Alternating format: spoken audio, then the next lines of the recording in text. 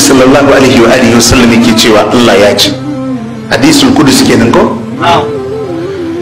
Yabna adam, ya kai dan adam, Allah ya ce tafarrak li ibadati amla'u sadaraka ginan wa asudda faqarak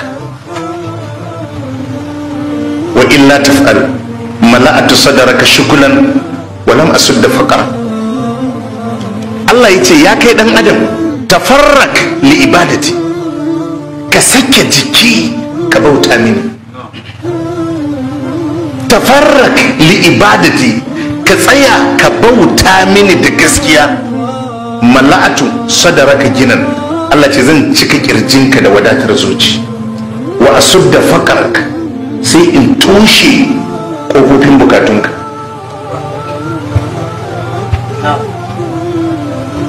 Wa illa taf'al, Allah ce in ka ƙi kai haka, ka ƙi ka tsaya ka bauta mini, mala'atu sadaraka shukulan, yace zan cika rayuwarka da issues ta ko ta ina. Walam asudda faqarak, yace kuma duk bukata za ta taso maka, ba zan toshe ma kofar ba. Abinda Allah yake magana shine ka tsaya ka bauta mishi. Idan 20,000 ne yace zai tsara maka rayuwar da za ta rufa ma asiri, in ka ce in miliyan ce zai bude kofofin da za su yi ta watsewa. Mala'atu sadaraka ginan, zan cika zuciyarka da wadatar zuci. Wa asudda faqarak, sai kuma in toshe bukatunka. Wa illa taf'al, in kuma ka kai haka, mala'atu sadaraka shugulan, zan sa shagulgulla su cika zuciyarka. Ga abu kaza, ga abu kaza, ga abu kaza, ga abu kaza. Walam asudda faqarak, kuma baran toshe kofofin bukatunka. Ko mutum ba cikin sabon Allah yake tsundun ba, in yayi watsi da addini, zaka ga yadda Allah zai baza mishi matsaloli. Amma dai ya je ya huta, ƙarya ne ya huta. Ba shi da hutu, sallah ba zai yi akan lokaci ba, amma kuma ƙarya ne ya huta.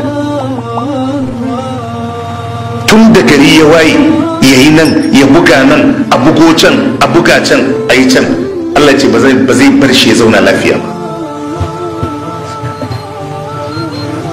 To kaga shi ne kallonsa a ido yana ganin kaman wani a cikin hutu yake, amma abin da ke tattare da kirjinsa na damuwa, kai in aka bude aka nuna maka ma ba za ka iya zama a inda yake ba.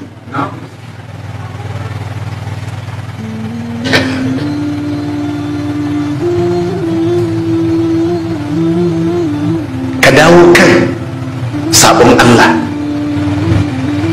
wadda ya tsunduma cikin sabon Allah, shi yana ganin kamar abubuwa ne na jin daɗin rayuwa, amma asali in ka kalli sabon Allah, wato a lissafin rayuwa kawai, za ka ga rayuwa ce da take da azaba a cikinta. Duk ka ajiye maganan wani abu da ka karanta na abin da za a yi wa mai sabon, ka zauna kawai a rayuwar duniya ka kalle ta.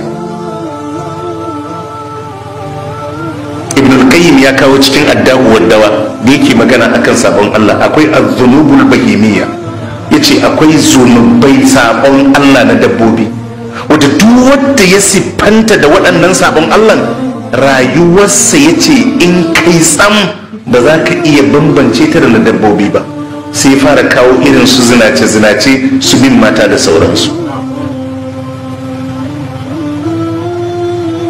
Rayuwa ce da take ɗauke da wahala da azaba a cikinta. To amma tunda rayuwar ta rikide irin ta dabbobi ne, shi yana ganin jin daɗin rayuwar, wadda yake cikin irin rayuwar yana ganin rayuwa ce mai daɗi. Amma ka kalli abun a babi na hankali da natsuwa da sanin ya kamata, a ce mutum haka kawai ya ɗauki 'yar wani ya kai ta je ya rufe wani gida da ita, lokacin ubanta yana tunanin ma ina take. Wata 'yar islamiyya ce. Kawai ka kalli abin a wannan hoton, don Allah a taɗin kawai ka ji abin da daɗi. To shi fasiki babu ruwansa, da yake an suranta mishi wannan abun na jin daɗi.